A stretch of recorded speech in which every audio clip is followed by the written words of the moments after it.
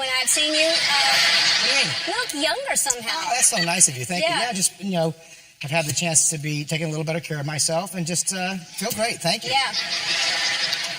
It's a new haircut, or did you dye your hair? Sorry? Some things just, the hair is different. Oh, no, just a great fall cut. Not that big of a deal. And, you're always such a warm host. You don't like to point out things that are different too much on people, so it's nice to get past it and just kind of dive into a great interview and have some fun. But thank you for the kind words. Yeah. Can I run my fingers through it? I'd rather not. I'd rather not run fingers through hair because it's just normal hair. It's not a big deal. And we're here to talk about the movie and all the other great stuff that comes in it. Can I just I'd rather... Just a tiny bit.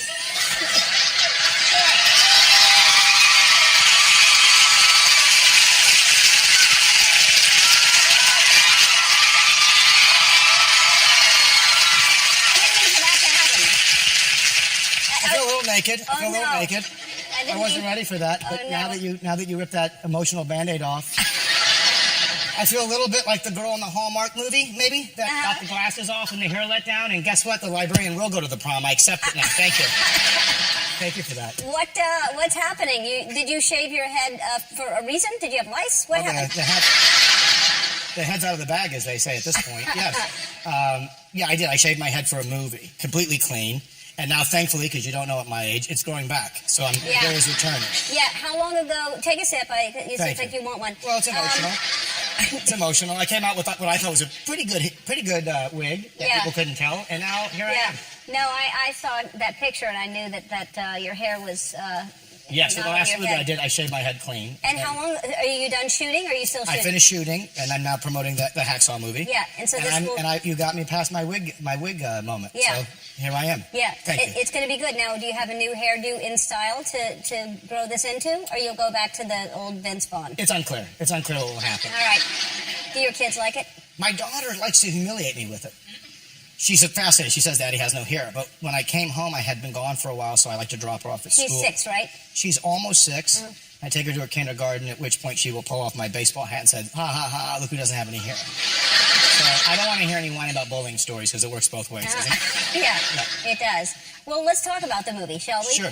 You're, and I say this to you every time you're here. You're so good, and because you're so versatile. You're hilarious, and you do comedy very well, but you also do drama very well. And this is an intense movie, and it's based on a true story. I appreciate that. Thank you so much. Yeah, it is. It's a really interesting story, one I hadn't heard. This gentleman, Desmond Doss, in World War II, really wanted to go and serve the country and be a medic, but he refused to carry a handgun or any type of weapon.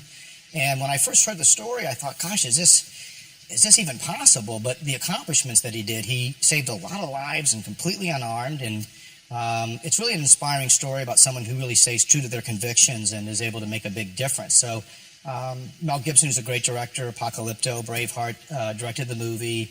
And it was fun to be a part of something like this. Yeah, it's intense.